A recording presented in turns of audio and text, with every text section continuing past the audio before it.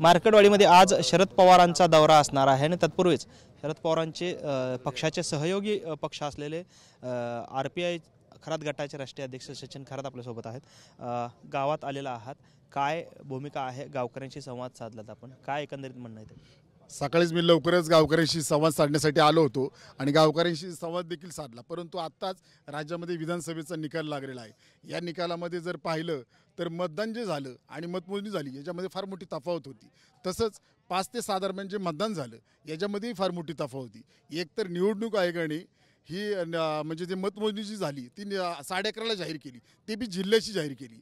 ही मतमोजणी जाहीर करायला पाहिजे होती विधानसभेची, विधानसभेला नेमका किती मतमोजणी झाली ही जाहीर करायला पाहिजे होती, मतदान किती झालं, परंतु ते त्यांनी जाहीर केलं नाही। त्यामुळे हा सुद्धा जनतेचा आक्षेप आहे।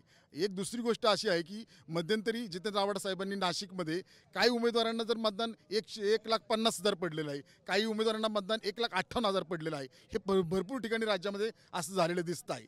हे राज्य एकतर शिवाजी महाराज संभाजीराजे फुले आंबेडकर यांच्या विचाराचं आहे, पुरोगामी राज्य आहे। आणि या राज्यामध्ये जर आपण UMच्या माध्यमातून आपण जर एक उदाहरण घेतलं, मी तुम्हाला मोबाईल दिला, माझा मोबाईल दिला, तर तो तुम्ही स्वीकारणार नाही ना, कारण तुम्हाला वाटेल की ह्या मोबाईलमध्ये नेमकं काय आहे। तसंच इथलं EM हे मशीन आहे, त्यामुळे जनता आता EM स्वीकारणार नाही।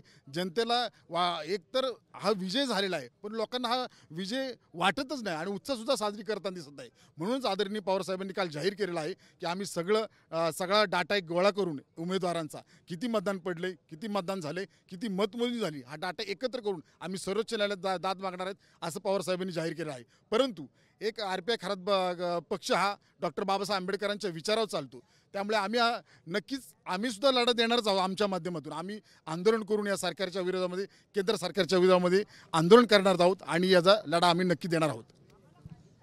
कॅमेरामॅन विनोद हुमनाबादकर सह सागर सुरवसे, TV9 मराठी, मार्केटवाडी, सोलापूर।